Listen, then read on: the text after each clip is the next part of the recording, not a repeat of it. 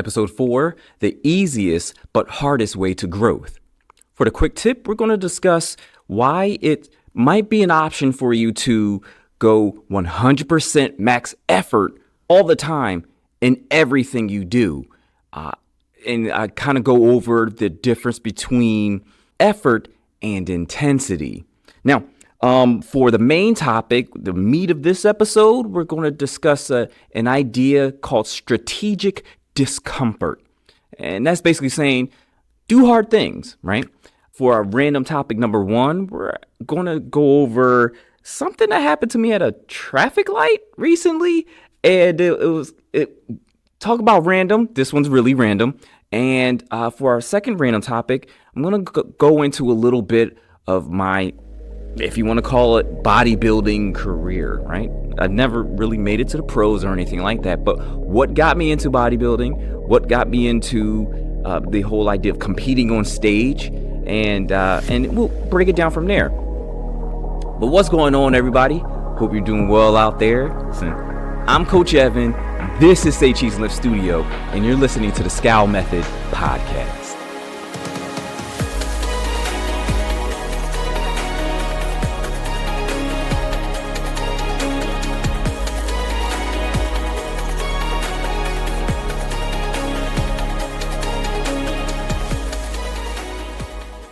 So I heard this trend that's kind of been going around, making rounds. It's been out before. It's made its rounds before. Basically, what it says is that you shouldn't work out with 100% max effort all the time. And back then, when that saying or whenever that phrase first came out, most of the people that were saying that, they were talking about this idea of the max effort method, basically, which is a way of lifting, which you're lifting heavy, super heavy weight, and you have to strain against that weight. So it's like you're lifting with 90% of your 1 rep max, and that's the way you're working out for like all of the exercises, or at the very least all of the compound exercises. So when they initially started making those rounds and saying that you shouldn't work out that way all the time, I got it, and that makes sense. But then this time that is going around sounds a little different to me, because it's just like they're saying, well, if you don't work out, and or more so, what does it look like if you don't work out with max effort all the time? Well, it looks like you're not driving yourself into the ground, and it looks like you're not getting injured as often. And it was interesting. So there's a distinction that needs to be made here, because I don't think they're saying what most people think they're saying. Here's where us fitness professionals have a little bit of difficulty from time to time. The sound bites that get put out there often aren't the actual right way of doing things. They're just put out there to grab people's attention, because typically that's what the masses want to hear, right? That's how a lot of different things got put out there, and that's how a lot of misinformation started to circulate. So much so that you have people who aren't even professionals within the fitness industry, and they can easily just spout these, non-facts, and get to a point where everybody's listening to them. I'm not calling anybody out directly, maybe, kinda, but there were things like, for instance, take the guy who was eating liver and saying that was the way to, just raw liver, and saying, hey, that's how you should live. You had all of these young guys going out here acting like the liver king, and come to find out, dude was juicing. And none of his stuff that he was laying out there was really worth anything. So you have plenty of people like that. And I tend to be a little harsh when it comes to those individuals, just because I find them to be charlatans. Intentionally, knowingly putting false information out there to get attention. So that the industry has kind of shifted that way So whenever somebody says something that's actually worth things, where you have maybe an actual doctor saying certain things, or an actual trainer who's not just an influencer, who has trained more than 10,000 hours, when you have those people putting out good information, it often gets lost in the sauce. So I think this is potentially an instance in which there is nuance involved in this particular topic, but no one's listening for nuance. So the misinformation kind of takes over a little bit.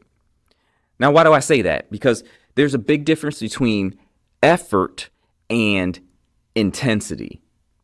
Effort is more along the lines of quantity, whereas intensity is more along the lines of quality. You do not want to work out at max intensity every single workout, but you for sure want to give 100% effort every single workout. In fact, every single thing that you touch, every single thing that you think about, every single thing that you put your hands to, you want to give them 100% max effort. Right? So there's a big difference between, say, bike riding, and you're going on a 40-mile competitive bike ride compared to 40 miles on your Peloton.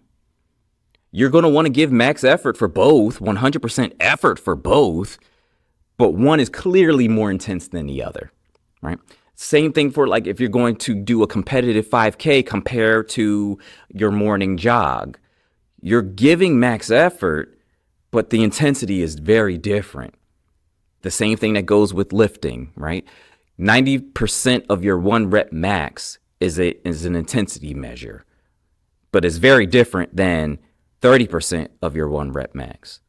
So if you're doing bench press, I would think that you would want to give 100% effort because you have weight hanging above you, whether it's 30% of your 1 rep max or 90% of your 1 rep max.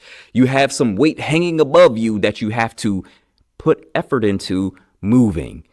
You want to give 100% effort. The intensity is what changes. So don't work out with max intensity every single time. But for sure, you want to work out with 100% effort. And that translates into everything else you do. Let's just say we give half effort into a workout that's supposed to be easy anyway. You think you're really going to make any adaptations? You think you're really going to make any changes from that point? And I'm oversimplifying it. See, I'm kind of falling for what I said everybody else was doing. But the idea is, if you take anything from this quick tip, put maximum effort into everything that you do. Workouts included. It's the intensity that you adjust. And to kind of shade that in a little bit more, I want you to give 100% effort, max effort, in all of your workouts, but also have in mind that you want to take what your body's giving you, right?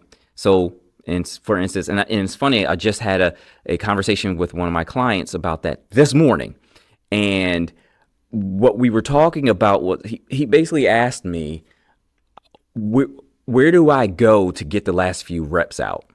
Like, where do I have to think, or what do I have to think, and where do I have to go in order to eke out those last few reps of a particular set? And I explained to him that I just don't think that way. I take what my body gives me. I'm very much so in tune with my body. And so then I know, hey, look, if I get 5, I know and I'm supposed to give 10 in a particular set.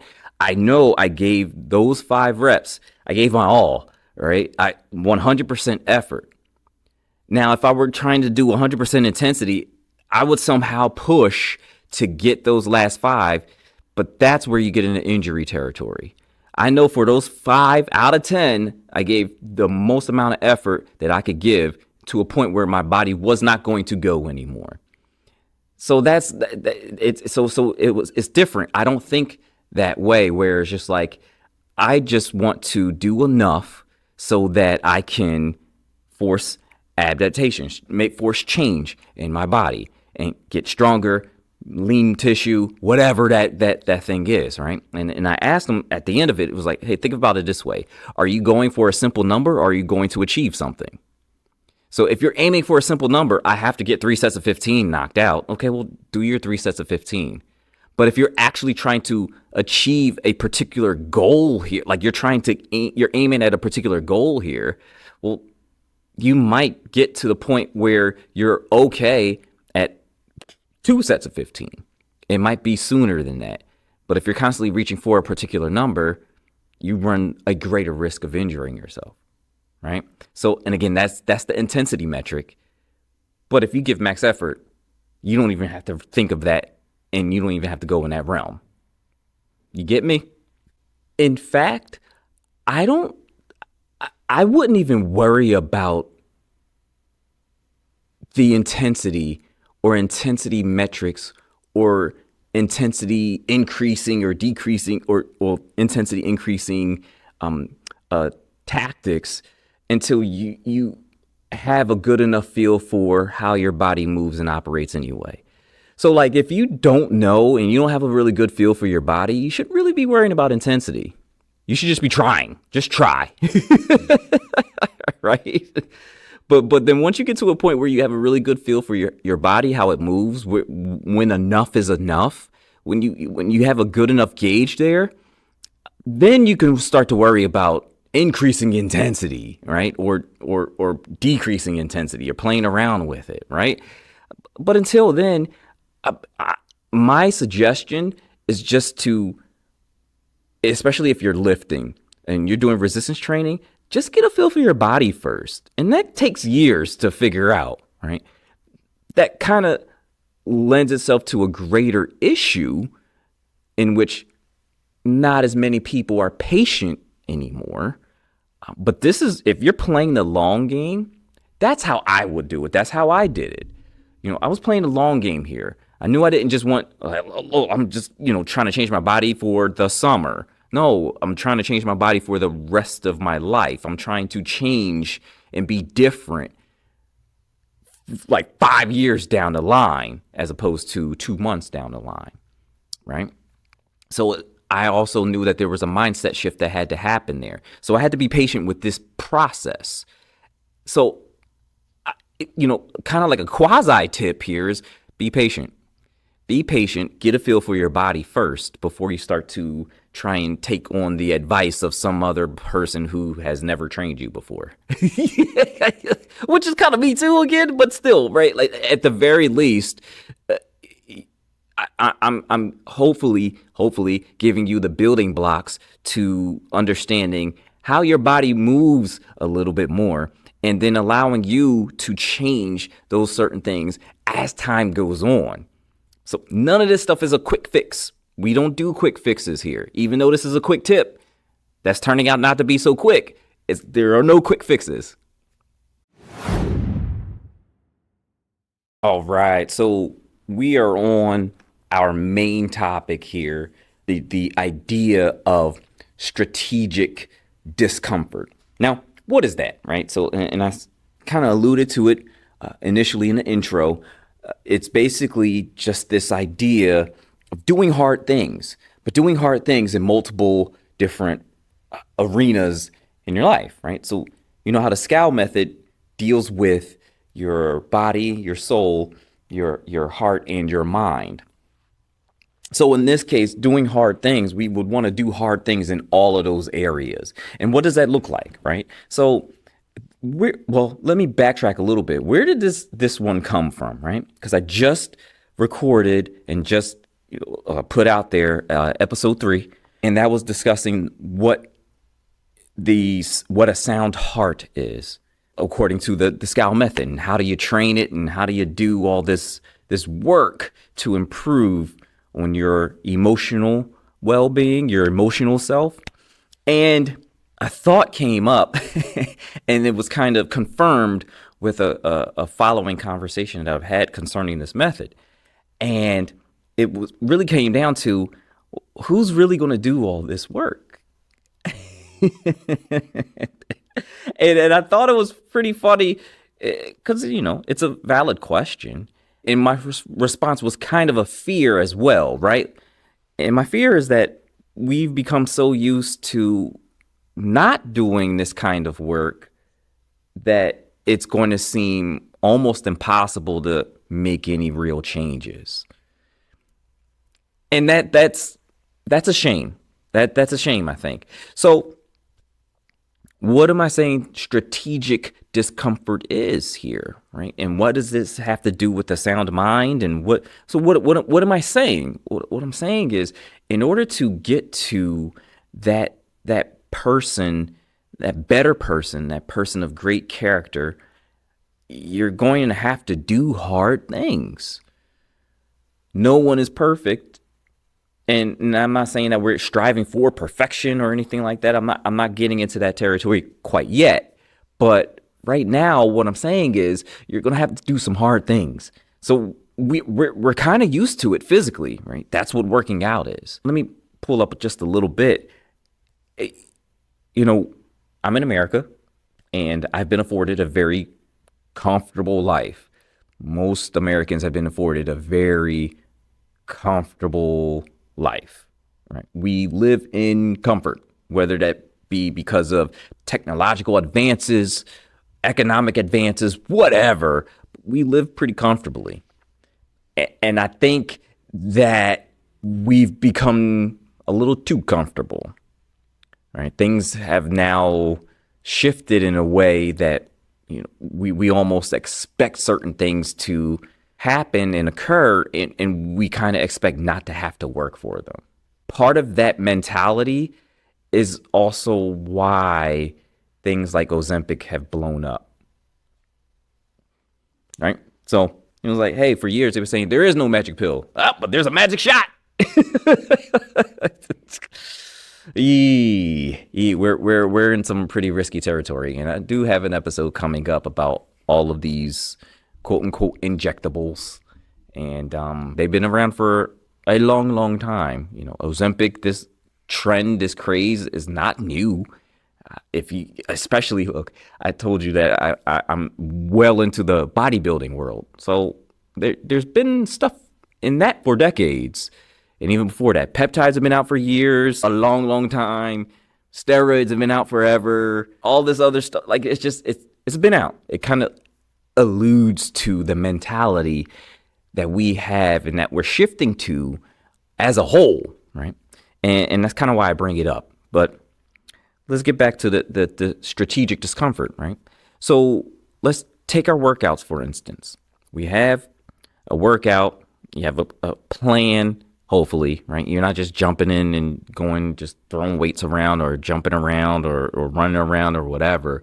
And that kind of speaks to it as well, because that's part of strategic discomfort. You have to have an actual strategy in place, right? There's a reason for doing this, for doing hard things, and you should be following along a particular pathway, a particular guideline, whether that is something that you came up with yourself or whether a trainer it did it for you and it's just like, hey, here, or whether a trainer is walking you along this path hand in hand, whatever it may be. But you should have some type of strategy going into each and every workout.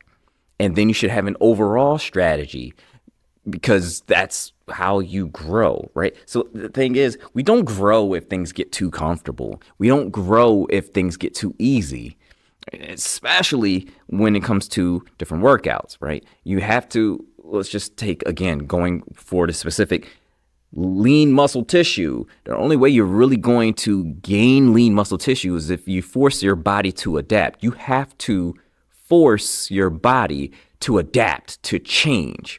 The only way you're going to do that is through some pain and through some discomfort, right? I don't want to lean into the no pain, no gain thing, but you're going to have to get a little uncomfortable, because the whole idea behind gaining lean muscle tissue is progressive overload. Those two words right there do not indicate comfort. They indicate discomfort. So you got to get a little uncomfortable in order to grow. So now let's take that, right? So I think you get the idea behind strategic discomfort as it pertains to your physicality, right? You want to grow the muscle, you got to work the muscle, right? You got to get uncomfortable, right? Sometimes that means a little bit of soreness here and there. Sometimes that means doing these workouts and lifting stuff, putting things up and putting them down when you don't feel like doing it. It requires different of you, right? And if you wanted to go outside of even the workouts, just doing hard things in general, right? Like there's this, I forgot his name, but he does a whole bunch of like ice baths and things like that. But he does like all of the modalities, which coincidentally I do often, right? I do the cryotherapy, I do the ice plunges, I do the saunas, I love all that stuff, right? And part of why I love it is because it's so hard. It's hard. Like there's nothing about okay, let's just stick with the ice bath. There is nothing about the ice plunge that I like. I don't like it at all. I don't like the cold, right? I actually enjoy the sauna. Turn that heat up all the way. I love it. But the cold, that is so difficult for me to do consistently. But I do, because the act, just simply the act of physically going to do something hard makes you stronger, right? And it might not always make you stronger immediately physically, but boy, does it do a job on you mentally. I mean, talk about some mental toughness, and you sit in that thing for 3 minutes and you're just frozen, right? There's something to that. There's something to that. So that's how you build up physical resilience. Because I mean, it has some really good physical benefits for all of those additional kind of like off the beaten path health modalities, right? There are some really good benefits to doing that, but there are also some really major mental benefits to doing that stuff as well. And I'm also going to be talking about that when we get to having a sound mind. But all that aside, you got to do these hard things because you're building up resilience. So you're building up physical resilience, but then at the same time, you're building up some mental resilience. So what does this have to do with a sound heart, right? I mean, because that's really where the thought kind of germinated, where it's just like, we can't run from doing the hard things. One thing that I know is quite difficult to do is to lean into fixing ourselves mentally and emotionally, right? So let me just stick with the sound heart portion of it, right? And remember, I said, in order to really train your emotions, you have to change your thinking. There's certain things and certain ways that you have to think. That requires work. And that requires getting uncomfortable, because at one point in time, you're going to have to look at your past. You're going to have to go over the things that you've been told, the things that you believed, you're going to have to go over all of that stuff. Most of the time, that's not easy work because you also have to be consistent with yourself, honest with yourself, and there are certain things in certain situations in which, almost everybody has it, where it's just like, ooh, I wasn't the best here. You actually have to be willing to admit that. And that takes some oomph, for lack of better terms, it takes some oomph, right? It's one of those things where you have to be almost used to it. You have to get used to getting uncomfortable, because growth almost always, real growth almost always requires struggle. And struggle is uncomfortable, right? So do the work. Face that stuff that you need to face. Say those things that you need to say. Go do those things that you need to do. Get stronger. Get tougher. I'm speaking from a father and a husband's perspective. I am charged with taking care of my family, protecting my family, and setting the environment for my family to grow and flourish. You don't do that without getting uncomfortable. So again, what I'm asking you to do here is to do those hard things. Go out there, invite those hard things, go conquer those hard things. Get uncomfortable, right? So it's just like, again, physically, do those hard workouts, give max effort. Do those hard things, do an ice plunge, try it out. If you can physically handle it, like medically handle it rather. Try a sauna if you can medically handle it. Try things like that will test you physically, because the more you get tested physically, the more you get tested in all the other arenas in your life. And that's how you really get to be better, right? Do the hard emotional work. Train your emotions. Change your thinking. Test your thinking. Become self-aware, right? Don't just fly off the cuff of every single little thing that happens. Actually analyze. Think about how you move. Think about how you operate. This is the hard stuff. Think about those things that you did in the past, or those things that happened to you in the past. Think about and question all of your beliefs. Everything that you think is solid and true, test it. Because the things that turn out to be actually solid and true can be tested, and they actually invite you to test them. Do this stuff. Take the time, put in the effort, put in the energy, get uncomfortable, because there, and only there do you actually become better. Again, growth doesn't come without real struggle. You have to struggle against these different things. Sometimes it's struggle against yourself, because you are telling yourself, you hold on to certain things so hard. Take that time to dig into it. Take that time to break it down, to analyze it. Take that time to move past it. Take that time to heal, and then take that time to grow, right? And that covers your physical work, the mental work, the emotional work. And I haven't really said much about the spiritual work, right? And the thing about that is, that's probably a whole nother topic by itself.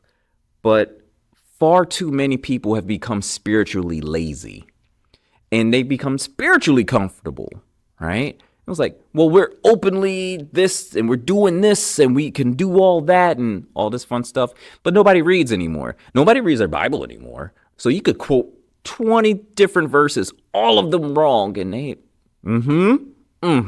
spot on, right? Just nodding and smiling and nodding. You're just like, okay, and then they go back to their regular lives, right? Nobody spiritually, when it comes to, at least, again, I'm talking from a Christian perspective, it seems like they've become quite lazy and afraid to do the uncomfortable stuff, afraid to grow, and they just don't put in the work. So and it's funny, because I mentioned fear, I mentioned an emotion. They're afraid to do it, but they're not all afraid to do it. Some are just flat out lazy.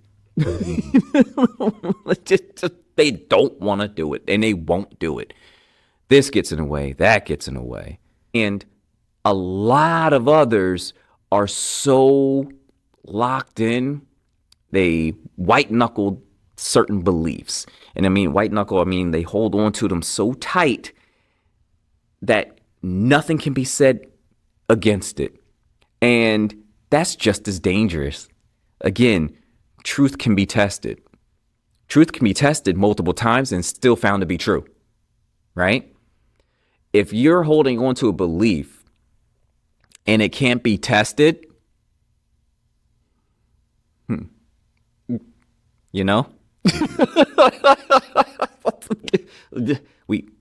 might have a little problem here, right? And so from a spiritual perspective, a little discomfort goes a far way as well. That's also how we learn and grow, right? So that's what I have for you on strategic discomfort. Like, go out, do those hard things, okay? Go out, do those hard things, and reach out.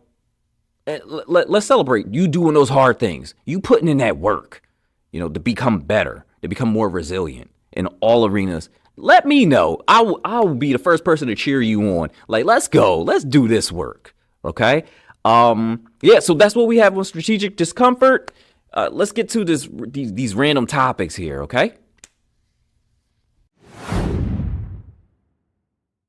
So I think it was last week. Last week, I was on my way into, because I work a 9 to 5, right? So I was on my way into the office, and I usually have to take a highway to get there. I'm getting off the highway on I guess off ramp. I'm on the off ramp, and I come to this traffic light. I mean, basically, you can either go left or right, so you can only go one way. So, you turn whatever. So I'm turning left, and I get to the stoplight. Light is red, so I stop. There's a car in front of me though, and they stop. Right? Everything is simple. Everything is normal. We got our turn signals on. We both had to go left, so we both have our turn signals on to go left. And we're sitting there, and I'm doing my normal thing when I'm at a stoplight, which is pretty much fidget, because I get incredibly awkward for some reason. I feel like everybody's watching me when I'm just sitting there in my car, just like, so I gotta find something to do, because it's just weird, right? I'm like just sitting there. But anyway, we're sitting there, but I notice, I look out my rear view mirror, and I see back behind me, cars are starting to pile up a little bit. I'm like, wait a minute, how long have we done this light? Right? And we've been there for maybe like 5 minutes. I was like, oh, so this is a really, really long light. And I'm like, wait, more cars started piling up behind me. And I'm just like, no, okay, something doesn't make sense here. So what I end up doing is I'm like, okay, this light isn't going to change. So that's the determination I made.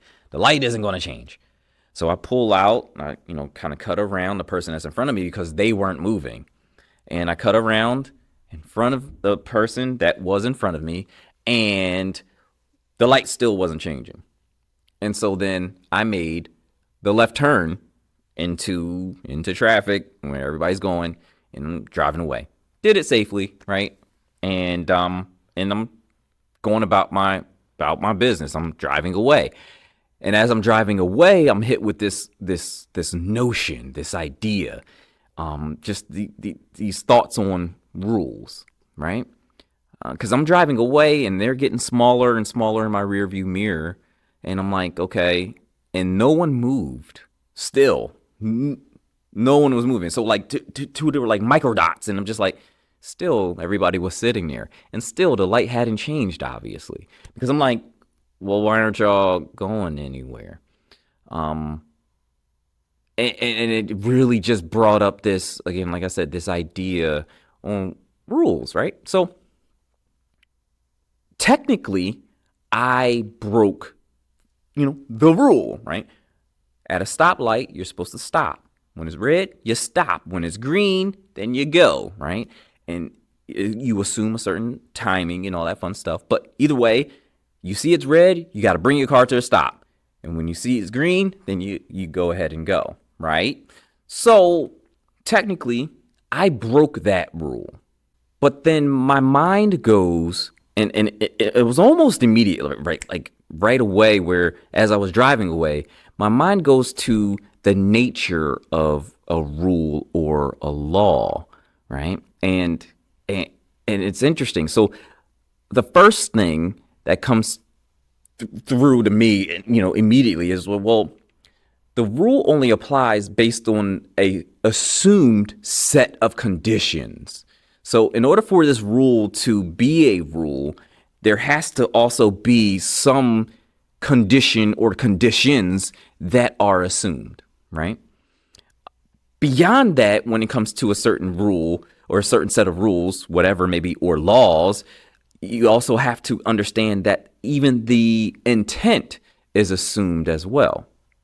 So in this case of a traffic light, right, the rule, the set of conditions basically is, well, we need structure for all of these vehicles driving on the road, right? So the set of conditions is the traffic light was working properly. That was assumed, right? But I had enough evidence to say that maybe it wasn't working properly, Therefore, the rule is a little different. But see, that's also where you get this whole idea there's exceptions to every rule, right? And I was thinking about this even more, like, because I'm by that time, I'm already in the parking lot of my job, and I'm just sitting there thinking about this whole thing. I'm just like, wait a minute. And random, that's why it's in the random section. But I was sitting there really, really thinking about, again, the nature of a rule. It's like a bunch of like if statements, like if this, then that, basically, when it comes to the assumptions made behind a rule, the nature of the rule, right? And again, in this case, I'm at a traffic stop. I'm assuming that the light was working properly. And I'm assuming that the light is working properly. So the rule is then you stop at that light and then go when it turns green. Again, that assumption is that it's working properly is also an assumption that I have to gather evidence on. And I had evidence to prove the opposite. So, but then beyond that, you also got to consider the intent behind said rule. In this case, in a traffic stop, well, it's to apply, the intention is to apply structure to vehicles driving on a road for the safety of everybody driving on a road, right? So that's the assumed intent. But here's a huge blind spot we have when it comes to rules and laws. We don't know when the assumed set of conditions changes. And we don't always know the intent. And so that's what I was hit with the hardest as I was driving away. Everybody had the assumption that the light was working properly and they were sitting there following a rule in which the parameters changed. Whew. Now that makes a statement overall to where we are culturally right now. And the parallels are at least in my mind, the parallels are pretty significant, right?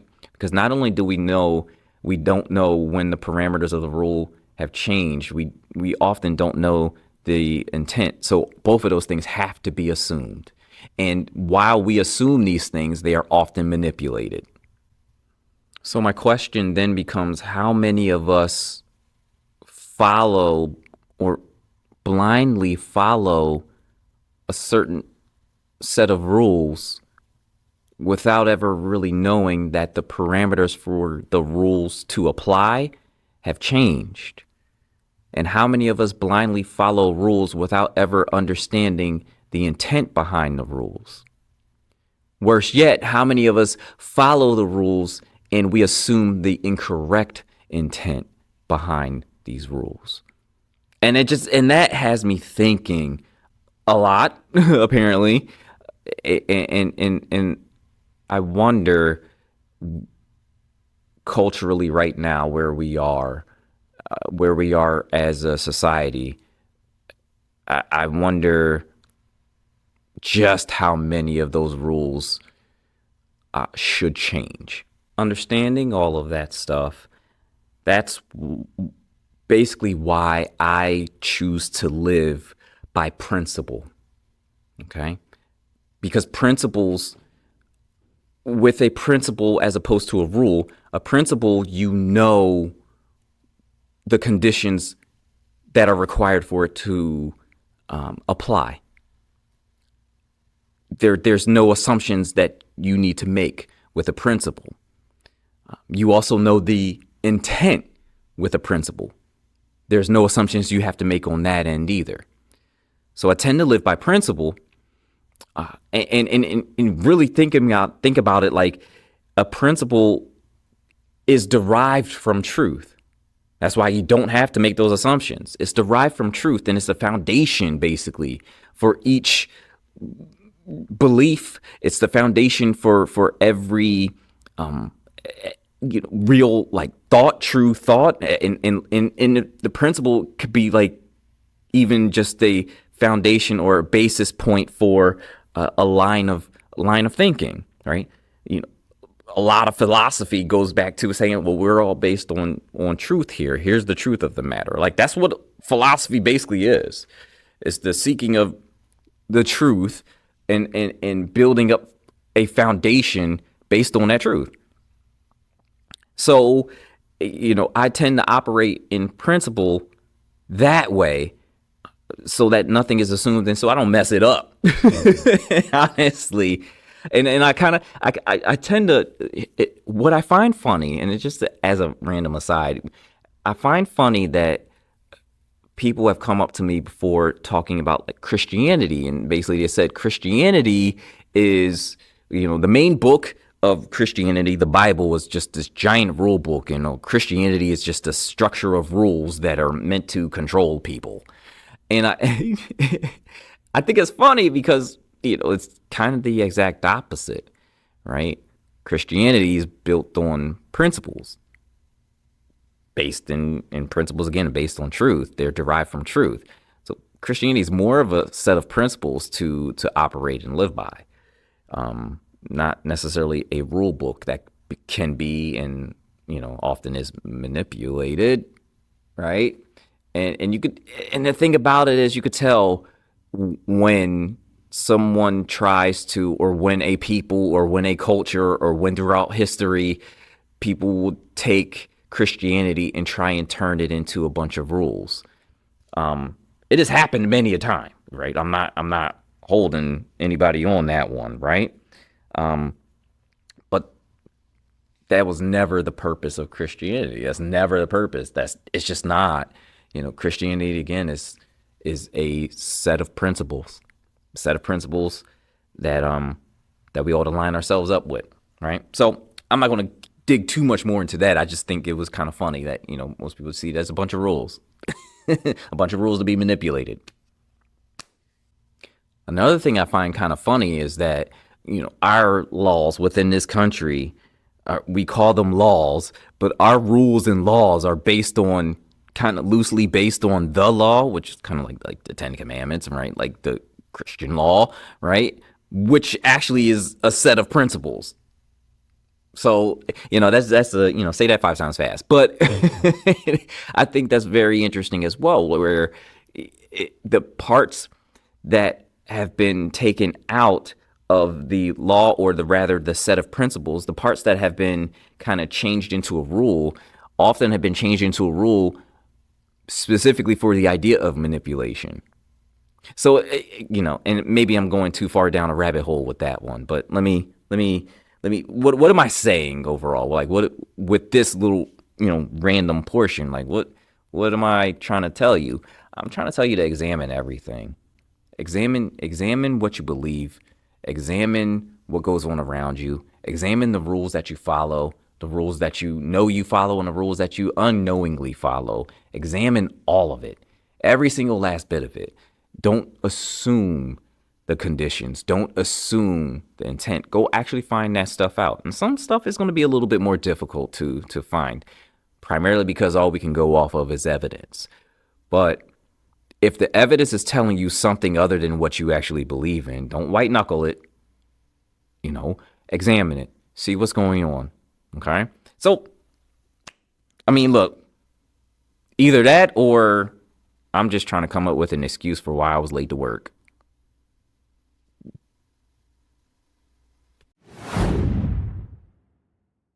So for our random topic, number 2 here for this one, I wanted to talk about bodybuilding, specifically my love of bodybuilding.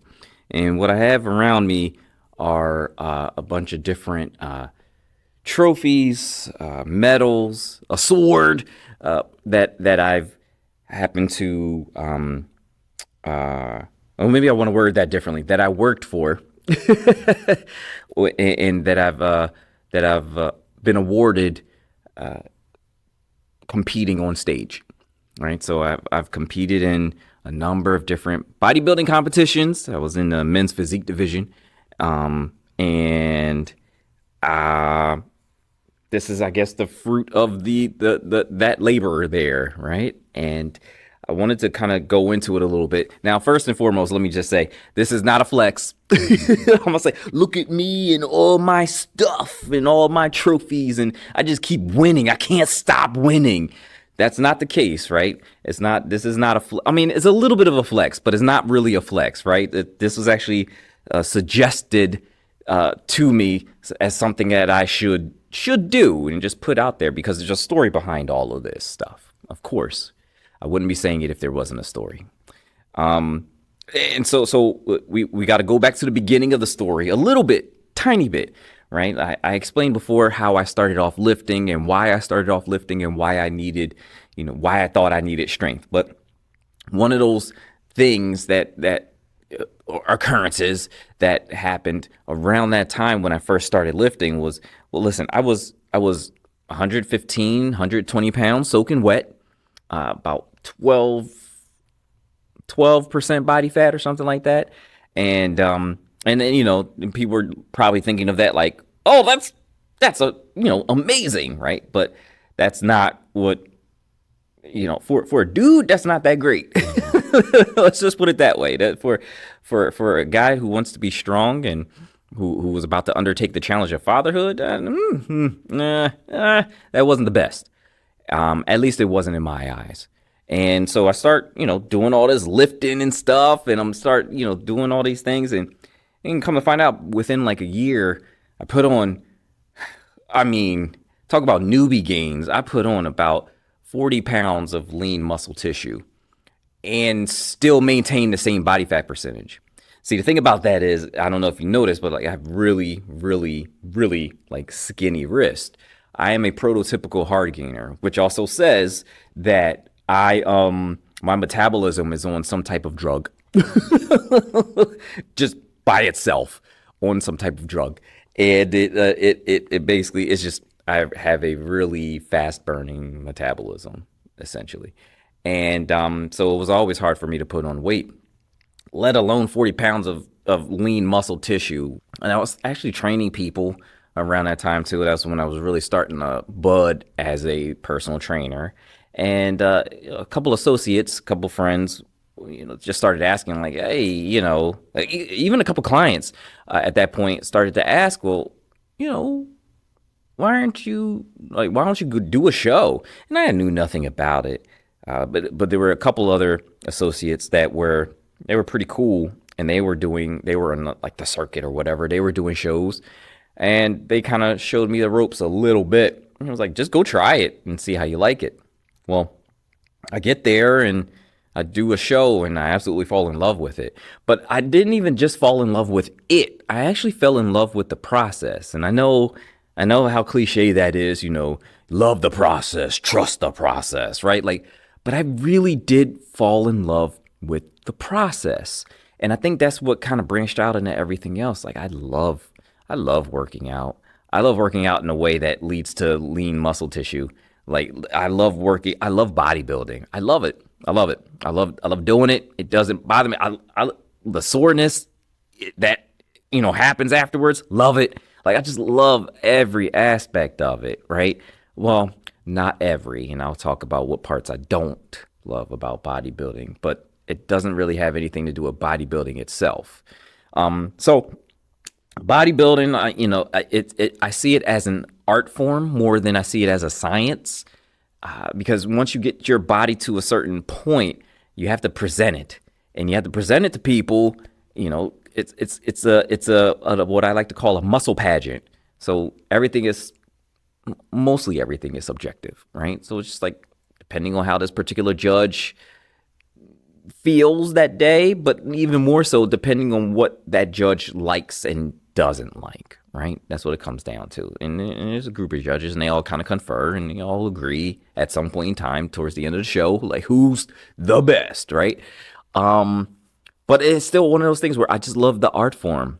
I love the art form because I've always been intrigued with how our bodies work, but I always been intrigued with how they look, like the muscles and how they overlap each other. It's amazing. It's amazing. And I kind of marvel at the creation that God made, right? Like the human body is a wonderful, wonderful thing, I think. So outside of that, I also, like I said, I fell in love with the process, love the process. And in that process, you kind of figure out how I guess the main thing for me was I was looking to achieve mastery over my body. And I don't know if I ever really reached like full mastery. I think I'm pretty close though, right? I mean, there's still, of course, some things that will just go no matter what, but I kind of know how to manipulate certain things to get my body to respond a certain way. Of course, as I get older, those things change a little bit, but I'm kind of keeping up with the changes. So that's as close to mastery I think as I'm going to get. But it intrigued me in terms of if I wanted to grow a muscle, not all the muscles, like let's just say I just wanted to grow my shoulders, I could, all right? And this is how, boom, boom, boom, right? Or if I wanted just to grow my VMO or the teardrop in my quads, just that, I could, right? If I wanted to isolate and I wanted to feel out a certain part of maybe my upper pec as opposed to my lower pec during exercise, I could. And so I think that's where the mastery comes in, right? That's kind of what I mean by mastery. I can move it in any way that I want. I can connect to whatever muscle I want, and I can grow whatever muscle I want. Now that's not without struggle, of course, right? That's not without countless failures, but I think what really continued to drive me forward in bodybuilding was just that, where it's just like I'm seeking to achieve mastery, and that was really it. I admire the art form. I love the art form. I see it as more of an art form than a science, and then I wanted to achieve mastery. So that's what kept me going into it. That's what really got me into it. That's what keeps me going in it. And all this stuff that I have set up around me is kind of like the results of me seeking those things, right? And the shows are a different thing. They're different. They're a different beast, because then it's just like it comes down to presentation now, right? Again, another art form, not necessarily a science.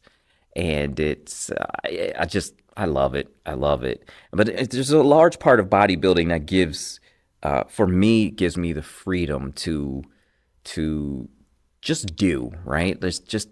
I want to connect to this muscle. I'm going to connect to this muscle. I want to feel it out more, or I want to be able to activate my lat better or whatever. And, funny story, when I was in the middle of doing, like, right at the peak, right in the middle of doing shows, and I was practicing posing, and all of a sudden I just could not feel my my left lat. Like I couldn't feel it. And when you can't feel it, sometimes you can't really work it as well. So I had to go through a whole process of just feeling the lat again, like to a point where I was doing exercises that forced me to kind of like almost tighten it up so much that it was going to cramp. But I had to do that repeatedly because I could not feel my left cramp or my left lat for the life of me. I don't know. That's why I stumbled on it. Left lat for the life of me. But I couldn't feel it. I don't know why I just lost feeling, but that's what it was. So I really fell into bodybuilding because of those reasons, right?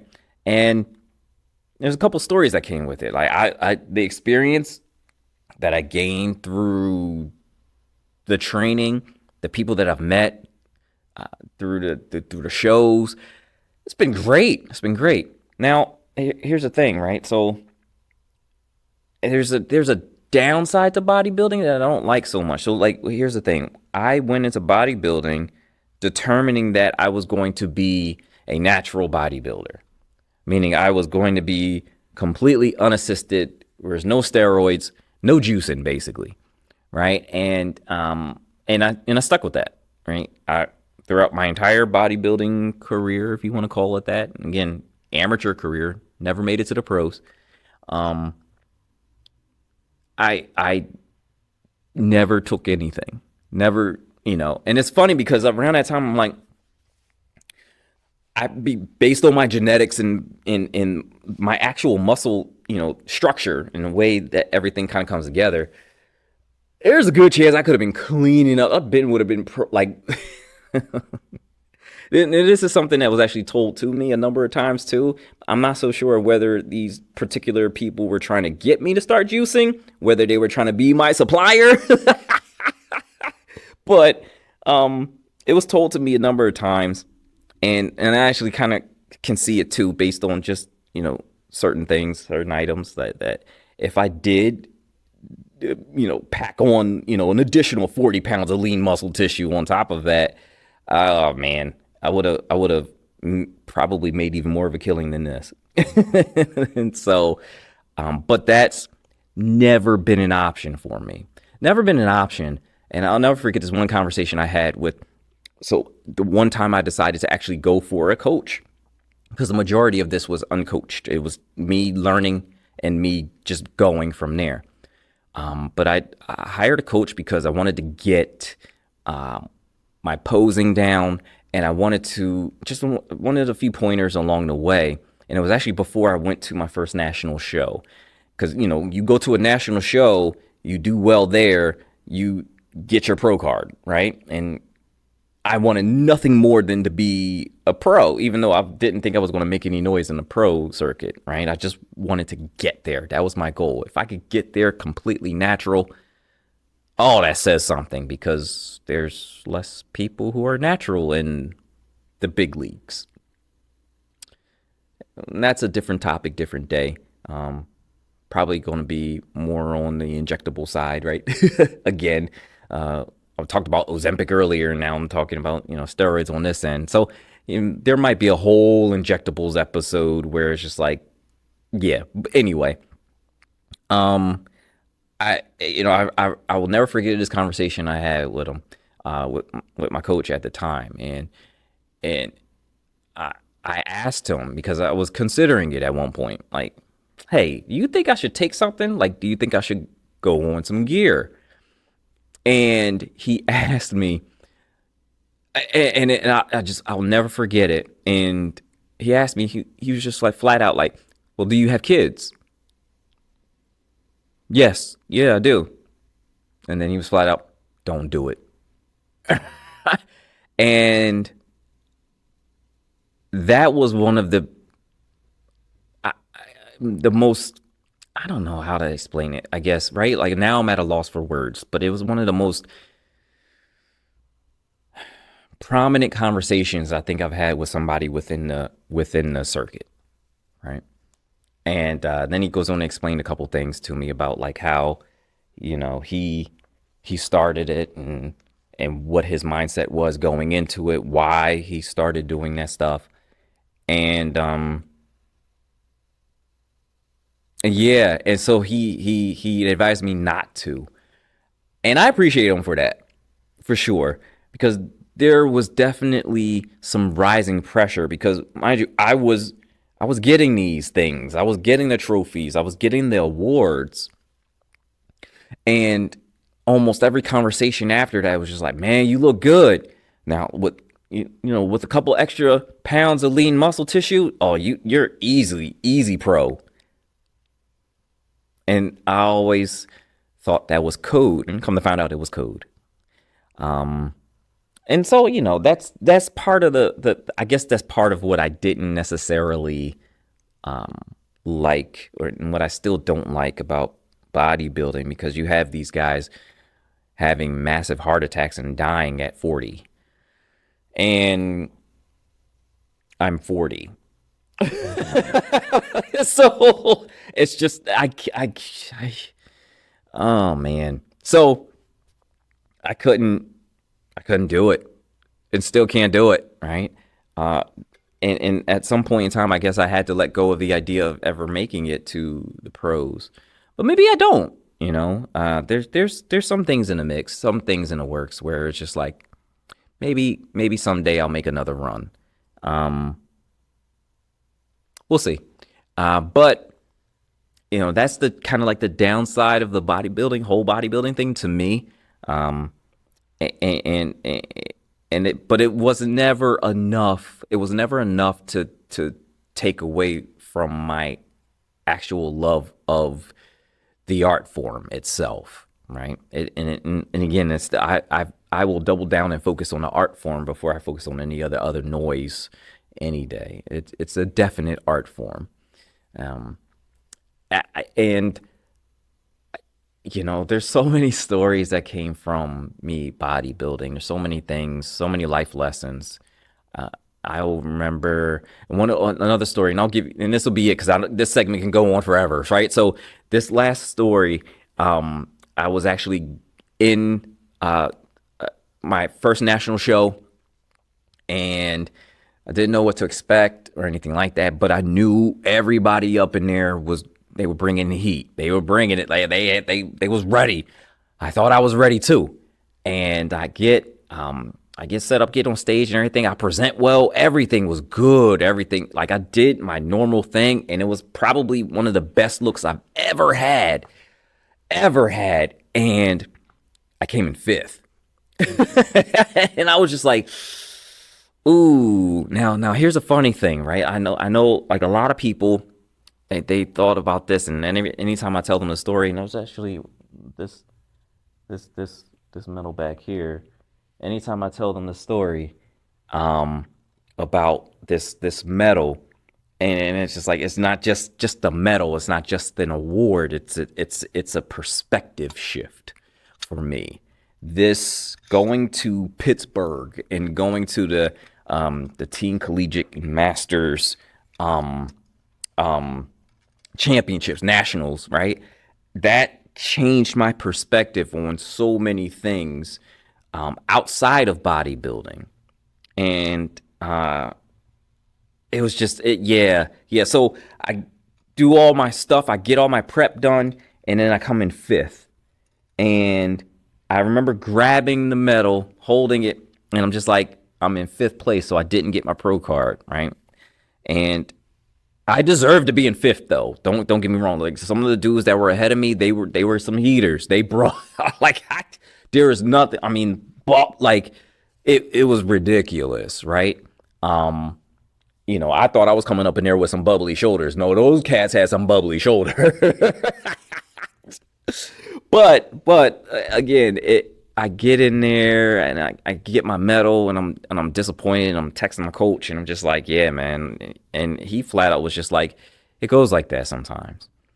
And he kind of left it at that. And I think I know why he left it at that, because it's just like, he's been through it. He's been through multiple times where he's just like, I should have did this, should have, blah, blah, blah, blah. It didn't matter at the end of the day, right? And I think that was his point. And you just got to get back on a horse and try again. And I looked, but I wasn't hearing that at the time. And I was just like, all right, well, whatever. I'm grabbing my medal, and I remember distinctly, I'm going back to the staging area, right? Not the staging area, but like the where the competitors kind of rest and get ready before going to the staging area.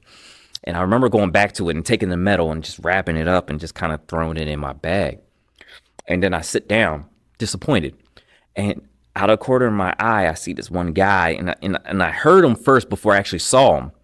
And I was just like, and he was crying. And I'm just like, why is this dude crying? Like, he's a grown man sitting here crying. Like, and his coach was there with him, and he was just like, hey man, no, you gotta keep it together. You gotta keep it together. And the guy, I'll never forget it. He was just like, I don't know how many more runs I have left in me. I can't do this again. And I looked, and the dude, he had no medals. He had nothing. He didn't get any call outs. He didn't place. There was nothing there for him. And I looked at that guy, and I was just like, and I mean, here's a dude, he put in the work. He looked good. He put in the work, but he was absolutely devastated because he didn't get something that I had in my possession, and I just threw it in the bag like it meant nothing. Talk about perspective. Eesh. So I go out, I get my bag, and I'm like, all right, well, okay, no, you gotta act right now. So now get my bag, get the medal, put that thing on, put it around my neck, and I'm just like, I got this. I did this. I worked hard to do this, and there's plenty of other people who have worked hard, just as hard or harder, and didn't get that. So I better be proud of what happened here today. And it just changed everything for me. And it made me look at life a little bit differently too. Not the fact that it was a grown man sitting there crying over a competition, right? A competition with a medal, right? Like it was the fact that somebody gave their all for something and came up just short, and I didn't appreciate that very same thing that I ended up getting. And it was a spoiled attitude that I had, and it was kind of an arrogant one too. And so then I took that, wore the medal, and was proud. And then everybody I told it was just like, hey, yeah, I got fifth. National show, fifth place? Yes. Yeah. That's really good. And I'm just like, oh, right. And it just changes a little bit. So, bodybuilding, not only do I love it, do I love the art form, not only has it helped me kind of connect to my body and obtain some level of mastery over my body, but it has also taught me a lot. It's also taught me a lot of different life lessons, a lot of different things, I guess, about life. And I take these lessons and I apply them to things outside of the lifting world, outside of working out, right? And that's part of what has been built into the S.C.A.L method, right? It's these life lessons, it's these shifts in perspective that have allowed me to kind of see the big picture overall, and that's what leads into, or that's what's led me to the S.C.A.L method. Okay, so that's why I'm going over my love of bodybuilding. It's another historical piece, I guess, right? Another part, another little nuanced event and occurrence that led into the say, cheese, and lift method. Well, that's episode 4 knocked out here. Hopefully it was a good one for y'all, right? Hopefully y'all learned something new here, and we gave you a little bit of a boost to continue improving in all arenas of your life here. Listen, as always, I need you to like stuff. I need you to subscribe to stuff. I need you to share stuff. I need you to comment on stuff. I need you to interact with all this stuff. Well, listen, in the meantime, I'm Coach Evan. This is Say Cheese and Lift Studio. And you just got finished listening to the S.C.A.L Method podcast. Y'all take care.